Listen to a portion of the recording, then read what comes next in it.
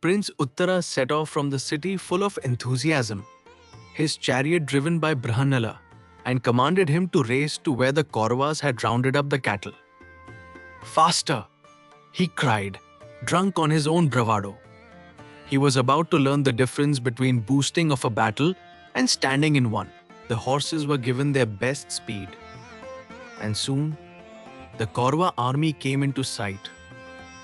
At first, only a gleaming line on the horizon, wrapped in a cloud of dust that seemed to climb to the sky. It grew and did not stop growing. There is a moment when a distant enemy stops being an idea and becomes a wall of men. And Uttara was rushing straight toward it. Closer, he saw it drawn up for battle by the greatest names alive: Bhishma, Drona, Kripa, Duryodhan, Karna. And at that sight, the courage that had been quietly draining out of him all during the ride simply ran dry. His mouth went dry, his hair stood on end, his limbs began to shake. He clapped both hands over his eyes to keep out the terrible sight. "How can I attack an army single-handed?" he cried. "I have no troops. My father took them all south. One man cannot fight a whole equipped army led by world-famous warriors. Brihannala, turn back the chariot." The grand boast of the palace boudoir had lasted exactly as long as it took to see the enemy. Brihannala laughed. "Prince, you rode out full of fierce determination," he said. "The ladies expect great things of you. The citizens trust you, and Sarandhri sang my praises, so that I came at your own request. Return without the cows, and we are the laughingstock of the city. I will not turn back. Stand firm and fight. Have no fear." And Brihannala drove the chariot straight on toward the enemy. But Uttara's distress was pitiable. "I cannot do it. I simply cannot," he quaked. "Let the Kauravas take the cows. Let the women laugh. I don't care. What sense is there in fighting men immeasurably stronger than we are? Turn back, or I will jump out and walk home." He was past reason, deep in the grip of a fear no argument could reach. And then he did it. Flung down his bow and arrows, leapt from the moving chariot, and ran for the city, mad with panic. The king's own son, fleeing his first battle before a single arrow was loosed. It is easy to laugh at Uttara. We should be a little careful before we do, for this is not a rare thing, nor a shameful oddity. Fear is a deep, instinctive force, mastered only by will or by strong motives like love or shame or hate, and most reliably by discipline. Many men who later became famous heroes have confessed to a panic terror the first time they came under fire. Uttara was no exceptional coward. He would one day fight and fall bravely at Kurukshetra. This was simply his first time. Arjuna ran the prince down, shouting at him to stop and behave like a kshatriya. And it made a comical sight. The braided hair flying, the woman's clothes flapping, as the dance teacher chased the fleeing prince back and forth across the field. Uttara dodged this way and that, desperate to escape the hands that would stop him. And in the Kaurava lines, those who could see the spectacle laughed. But one man in those lines was not laughing. Drona watched the fantastically dressed charioteer, a man rigged out as a woman, and something in the movement nagged at him, reminded him, impossibly, of Arjuna. When he said as much, Karna scoffed.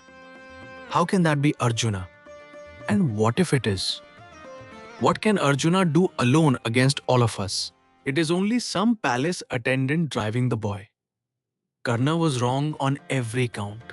Meanwhile, poor Uttara was begging Brihannala to release him, offering untold wealth, appealing to pity. "I am my mother's only son," he wept, "a child raised on her lap. I am full of fear." But Arjuna would not let him go, for he meant to save the boy from himself. He caught him, and dragged him bodily back to the chariot. And Uttara sobbed, "What a fool I was to brag! What will become of me now?" Arjuna gentled him. "Do not be afraid," he said kindly. "I will fight the Kauravas. You need only look after the horses and drive. I will do the rest. Believe me, no good ever comes of running. We will rout them and recover your cows, and all the glory will be yours." And he lifted the trembling prince back onto the chariot, put the reins in his hands, and told him to drive toward a certain tree near the burial ground across the field. Drona now knew for certain that strangely dressed charioteer was Arjuna, and he said so to Bhishma. But Duryodhan only shrugged. Why worry who he is? He told Karna, even if it is Arjuna, he plays into our hands. For if we have discovered them before the 13 years are up, the Pandavas go back to the forest for 12 more. To Duryodhan, being found was a victory. He would soon learn otherwise.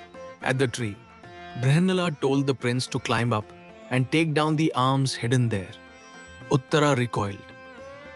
People say a corpse hangs in this tree, the body of an old huntress.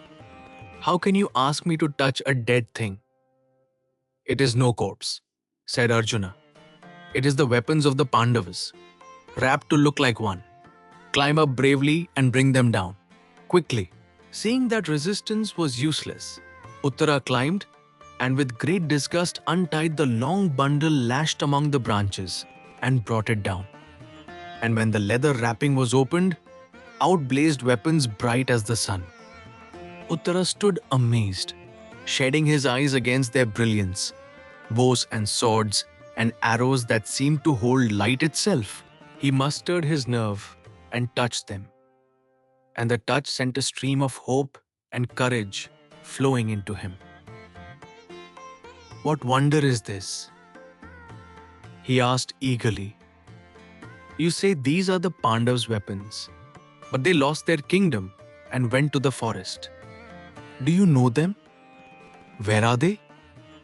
He was ready now for the answer that was about to change everything. And it stirred the same question in Uttara that it stirs in us.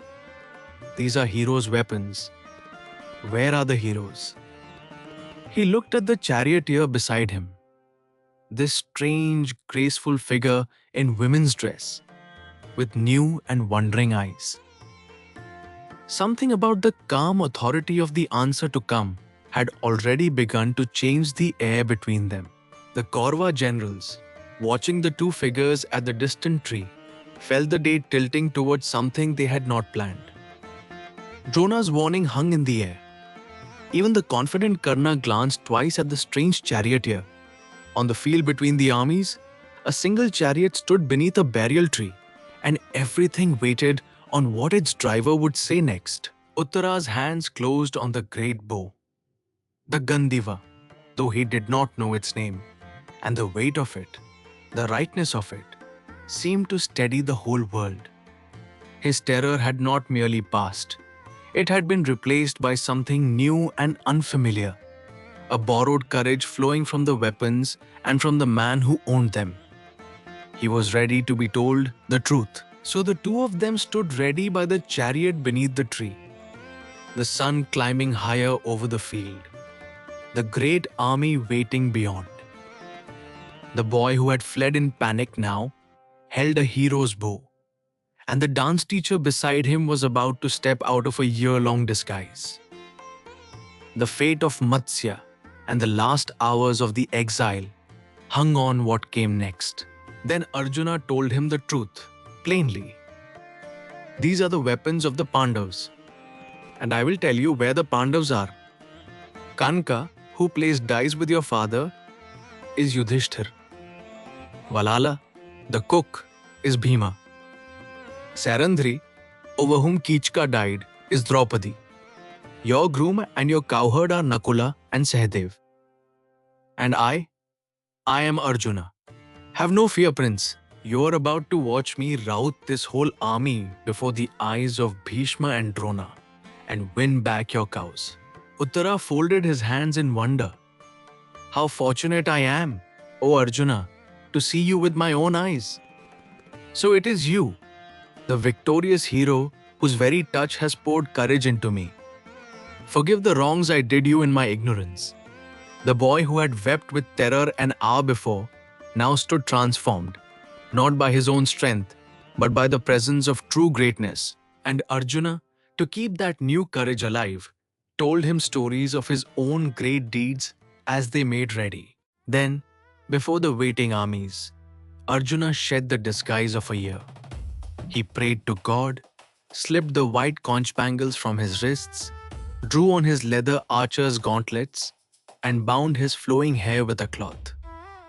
Facing the east, he meditated on his armor, mounted the chariot, and took up the Gandiva, glorying in the familiar feel of the great bow in his hands. He strung it and twanged the string 3 times, and its deep shrill note rolled out and woke an echo from every side of the sky. The Kaurava heroes heard that sound and knew it at once. That is surely the voice of the Gandiva. They said to one another. Then Arjuna stood tall in his godlike stature and blew his conch, Devdatta, and its blast rolled over the enemy host like a wave. Alarm swept the whole Kaurava army, and a frenzied shout went up from 10,000 throats at once. The Pandavas have come! The Pandavas have come! The disguise of the 13th year had ended, exactly as it had to in thunder.